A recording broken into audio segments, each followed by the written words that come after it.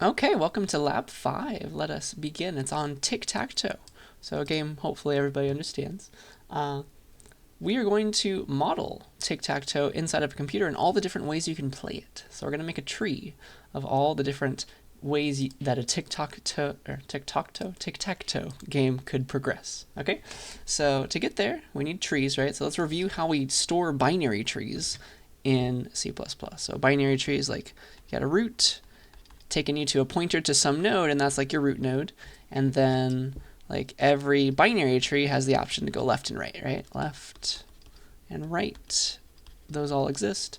And then if you went left, maybe this is a binary search tree, get like 13 node, 55 node, and leaves. If you go left and right, there's null, right? There's nothing there. That's how you stop. And so that's how you program leaves. And if there is left and right, it's taking you to some node in the tree. So here's an example binary search tree. And so each node, what do they look like?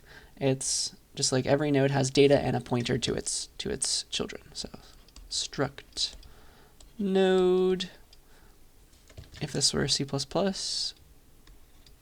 do we got? I guess for this example, it's like int data that we're holding on to. And then we got a bunch of node stars, right? A node star left thing, left node, could be null, could be empty, left subtree, node star right as well. So that's what it looks like to make a node in C++.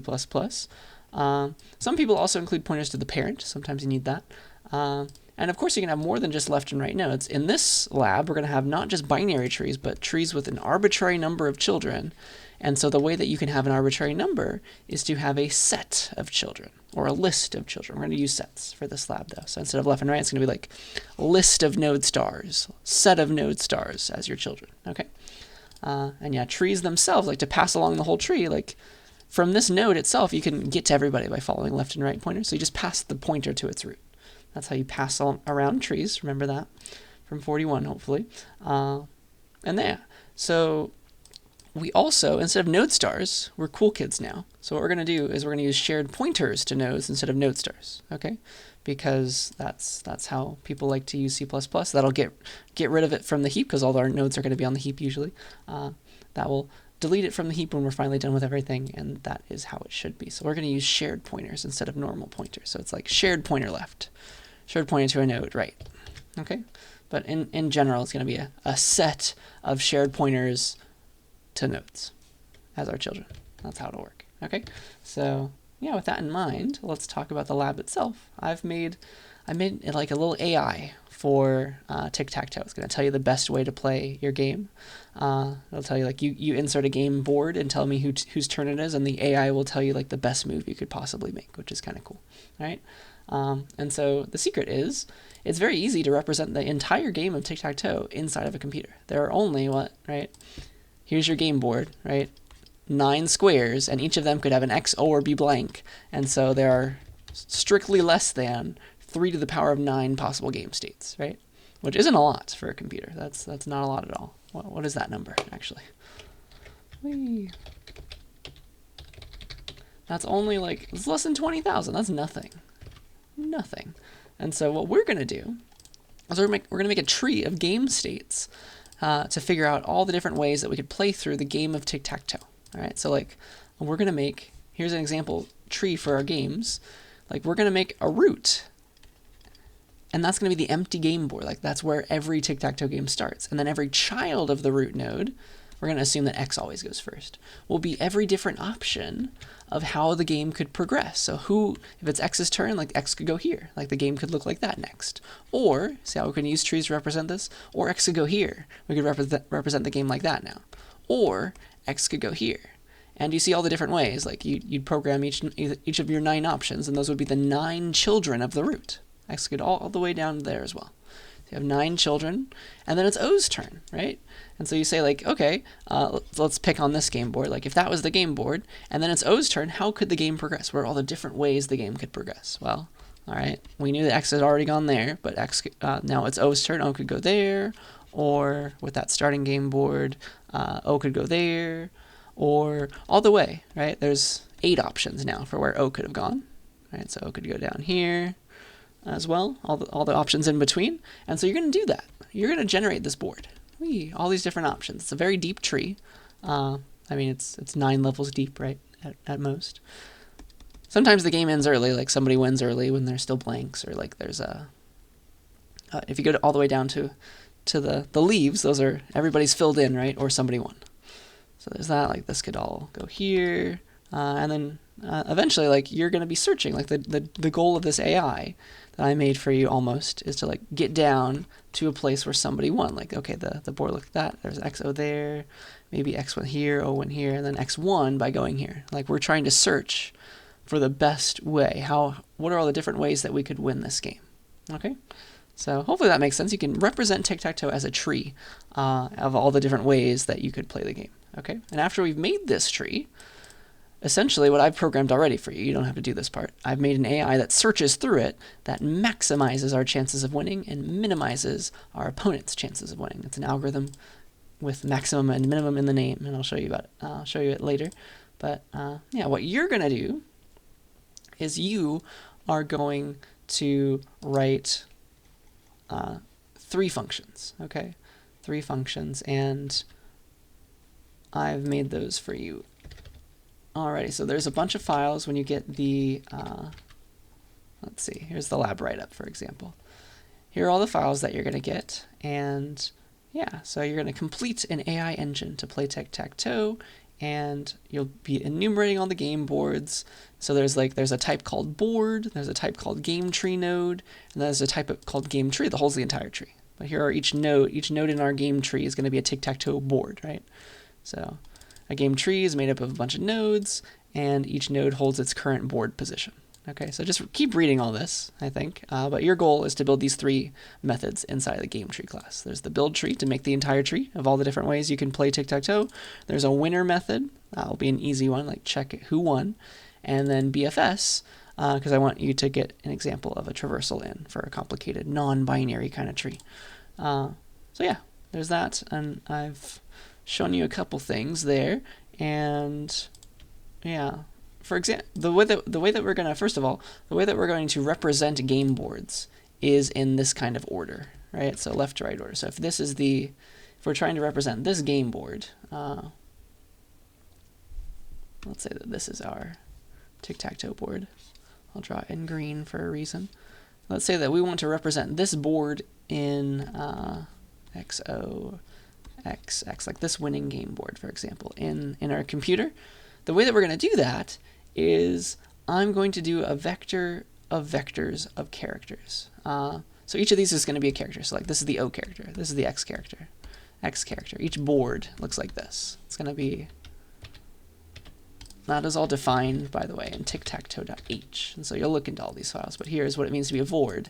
It is a vector of vectors of characters. It's a 2D vector of characters containing X or dash, because sometimes it's blank, and so we'll use dashes to mean blankness. There's blank. This is also blank, so just a dash character, dash character, dash character. And I'm going to use vectors of vectors, so 1 for each row. It's like this is all going in a vector. This is all going in a vector of characters for the second row. This is all going in a vector of characters for the third row. And then I'm putting all that in a vector of those 3 inner vectors. So that's how I'm representing each game board. Okay? Does that make sense? So that's what's happening. And that is what we're using to represent a game board. It's a 2-dimensional vector of characters. Okay? That's what it's going to look like. And so, yeah, let's look a little bit more at the code, try to understand what it's doing. But there's a bunch of pieces that you need to build. You're going to build the build tree, winner, and BFS methods. But yeah, let's look at all these things first. So game tree node, I'll make that in a second, but I need a comparison class because we need a way to sort these and print them out in the same order. That's why I'm using sets rather than unordered sets. You don't have to worry too much about that. I've given this to you already, don't worry. But like, here's what it means to be a game tree node. Everybody in this tree is a game tree node. This is a game tree node, this is a game tree node, and just like normal nodes, they have data and children. Okay? So what is our data at every node? Well, it's a board. See that? Our data is a board. That's a current board state, current game state. And then the children, we can have arbitrary arbitrarily many. Like sometimes there's only one child, sometimes there's like 9, sometimes there's 8, right? So we need an arbitrary number of children. We're going to store that as a set, right? A set of children, a set of shared pointers to game tree nodes. Okay, that's the idea. A set of game tree node pointers. Okay, that's how we do it. And those are our next moves. That's what we're calling them. And then the set, because it's an ordered set, I have to tell you how the game tree boards get sorted. And I've made a sorting comparison class for that. So don't worry too much about this part. That's just what it needs to create the full set. But your children are a set of game tree node pointers. We're going to use shared pointers instead of game tree node stars. Those are called our next moves. All right. And then all that is going to be packaged together in a game tree class that will eventually hold the board, the root of the board right here, shared pointer to the root of the board. So that's like the empty one. And then that's going to give us a way to traverse and get to everybody. So we're going to build the tree there. So we're going to build this tree and fill in the root by implementing a bunch of functions. These like build tree. That's what we're going to do. So you're going to implement this one. It's going to be recursive, winner, and a couple other ones. So, and then also BFS, this one right here. So the other ones I've given to you mostly. So let's see here. Yeah, there's a bunch of other helper methods. So definitely read all this, but that's the header file. And the first thing that you will be implementing is in the CPP file, tic-tac-toe.cpp file. Like here's all the other things. Here's the constructor for a game tree, by the way. This is important. So to build our tic-tac-toe game tree, we start out with the root node, having the empty board with all dashes everywhere. That is the root node. I'm making it on the heap, setting the board, setting the root properly. And then I'm calling build tree. It's a recursive function, a recursive method that you're going to implement.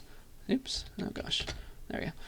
And build tree on the root, and the player whose turn it is right now, that's the next argument, whose turn it is, the player, is X. X goes first in our game example. Okay? And so here is the first method that you will be implementing. It's called build tree. You're creating, you're going to create a subtree, and every possible subtree for all the game moves that you can go down. So yeah, you're getting called with a pointer to a subtree that you're trying to build out, and then a character for for the player whose turn it is right now to make a move. Either it's X's turn or it's O's turn. They'll switch every time. Okay, so let's talk about that. That's build tree. So you're given the state of the game right now. Like somebody's given you, like, all right, we're right here. This is what the game looks like. This is the board. X, O, X, and then O. Okay.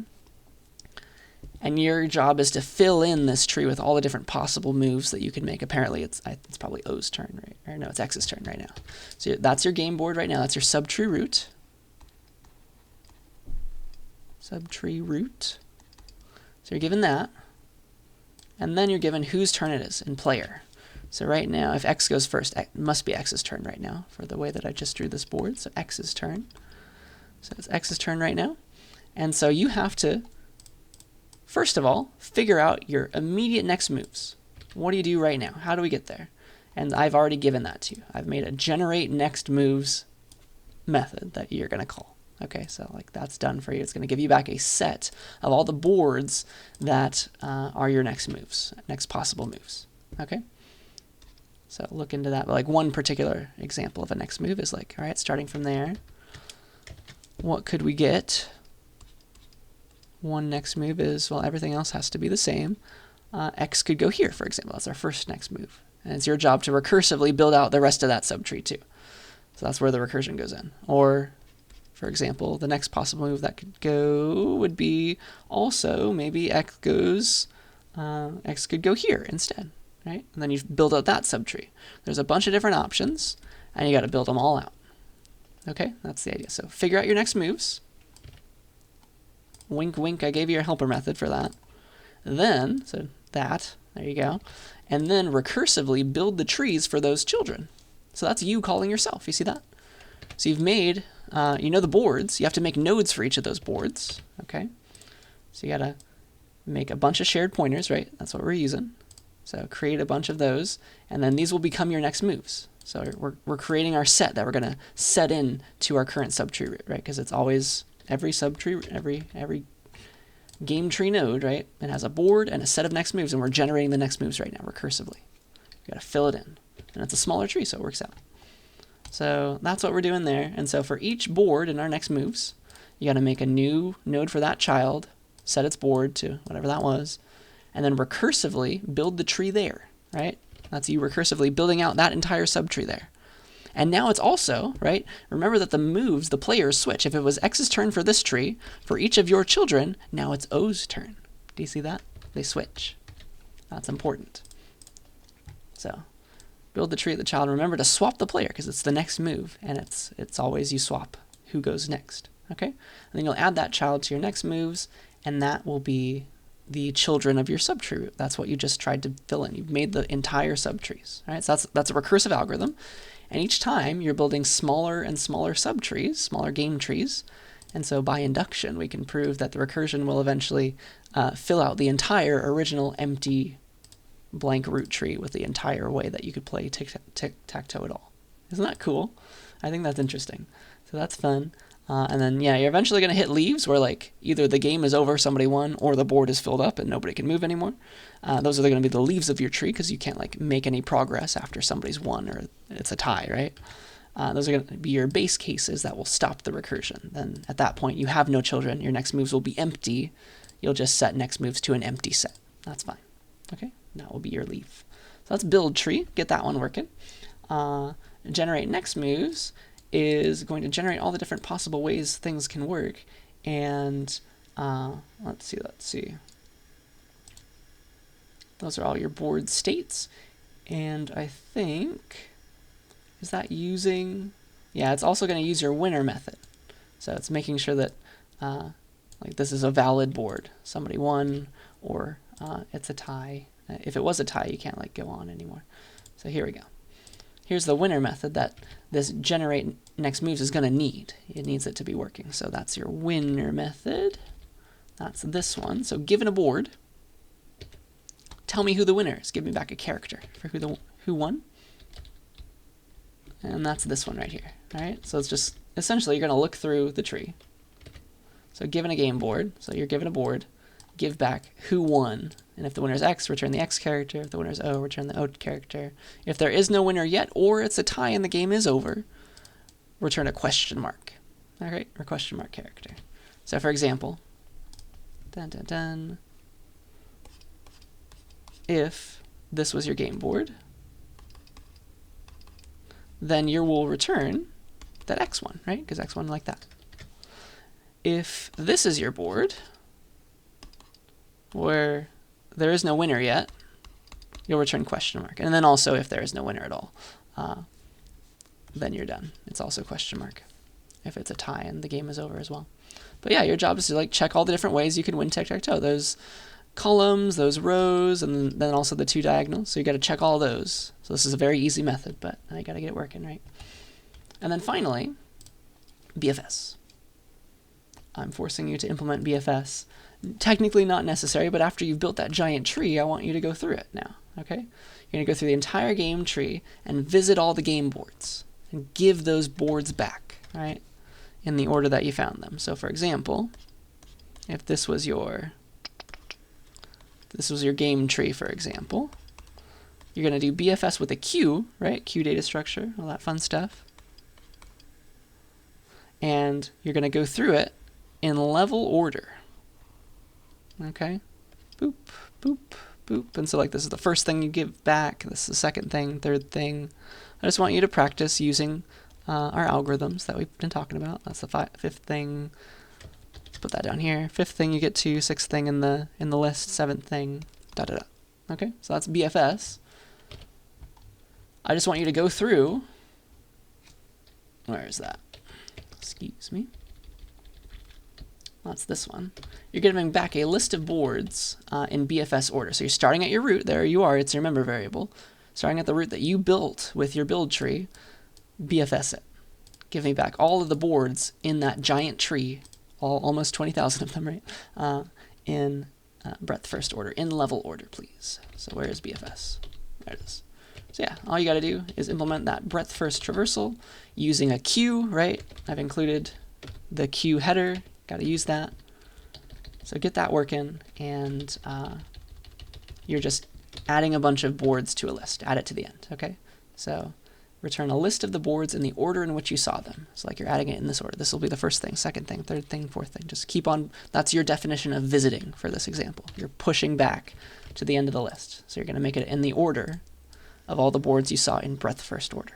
All right, so you're filling that up and returning that list. Okay, so use a queue there, add your root, and then keep on working. All right, so it's going to be a queue of, right?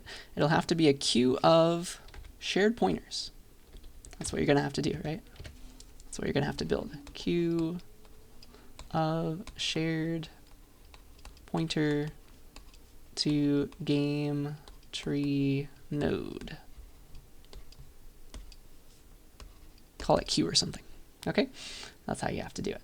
So yeah, I think that's pretty much it. That's we've pretty much looked at the write-up. Read the rest if you're interested. But you're implementing those three things, and then everything else I've given to you, like all these other functions that like generate the next moves and like find the best way, like give me the best next moves for this particular board position. All right. So yeah, you can say make test tic-tac-toe to compile. And feel free to look at all the stuff I've given you. I've given you these tests as well. I'm printing out the board in a pretty way. Here are all my tests.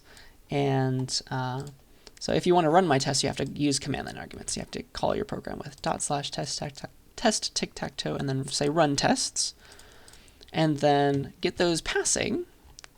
And so this is what it should look like. It's like making sure that all the best next moves for my AI is all working and everything's happy. And then also the BFS matches. I've given you a reference file. These are all the BFS order things, where it's printing out the game tree in order from top to bottom, left to right. This is the BFS order that you should see. It's very pretty looking, but apparently there are there's a bit more than I thought there would be. Maybe there's duplication. There is duplication because of the way that you get around. So it's almost 500,000. It's over 500,000 options, isn't there? So I lied. But yeah, that's that one. So that's the testing stuff. So get those passing. This is what it kind of looks like if you say /test tic-tac-toe run tests. That's what it looks like, and it's passing. It's making sure like game tree level order works out. I did give you a where's that one? Yeah, it's reading in that level order reference and making sure that your level order is also working. So it's making sure this was your BFS order. Okay, so I can help you debug if you're having any trouble, but those are all the tests. Get those passing, and then for fun, once you've got all that stuff, I've made a normal version of the test. If you say /tic-tac-toe by itself, or test tic-tac-toe, name of the executable, then it'll ask you for a board. It builds the tree, asks you for a board, so let's enter this board. That's, which one is that? Have I already written that one? That's, I think was it this one? XO, so that's like, let me just draw it. XO dash. XO dash for blank. And then dash XO. And then one more is OX dash, and apparently it's X's turn. So that's what we're going to type in. And whose turn it is? X. Apparently it's X's turn. Then it's telling you, all right, this is your current board, and then your best next moves. It typed something weird, but like this is your best next move right now. That's what you should be doing. I think I typed too many enters. Maybe was the problem. So there's that. Or maybe like it was a weird dash XO X dash. That's X's turn. There it is. Now it's doing it right. So here's our current board. That's what we just typed in. And then the best next move is definitely this one to win, right? It's the only one, and it's like it'll do that for you for any kind of game board that you give it. There might be multiple options, but what I implemented was an algorithm called Minimax. All right, so this is just for you, for your own knowledge, for fun. But let's see. Did I write that for you anywhere? You did build tree. I'm doing like score. So yeah, this is an AI algorithm called Minimax. I'd be happy to tell you about it. But it's like giving a score to all the different ways that you could play the game. You don't have to worry about this. I'm not gonna test you on it, but like that's the fruit of your labor now. You get to use that now that it works, that you've implemented everything else. So like this is going through, running the Minimax and figuring out the best scoring moves and giving you those back. Highest score to lead to like your success and your opponent's failure. So well, that's pretty fun. Let's see. I think that was everything that I wanted to tell you about all this. So remember what you're doing. You're going to do build tree and winner, and then BFS down there at the bottom. Okay? But remember, keep in the back of your head the way that things are laid out in memory. Like every board looks like this. Game tree nodes made up of a single board and then a set of children. Could be empty if you're a leaf. And then the game tree is the whole tree itself, and we store the root. All right, you're going to be setting that in your build tree. Or sorry, I guess essentially the constructor is setting that, but the build tree is filling it in. Okay, so there's that. And yeah, I think that's everything. So please yell at me if you have any questions about stuff. But that is what I wanted to tell you about your Lab 5. Good luck, and yeah, I'll see you in the next one.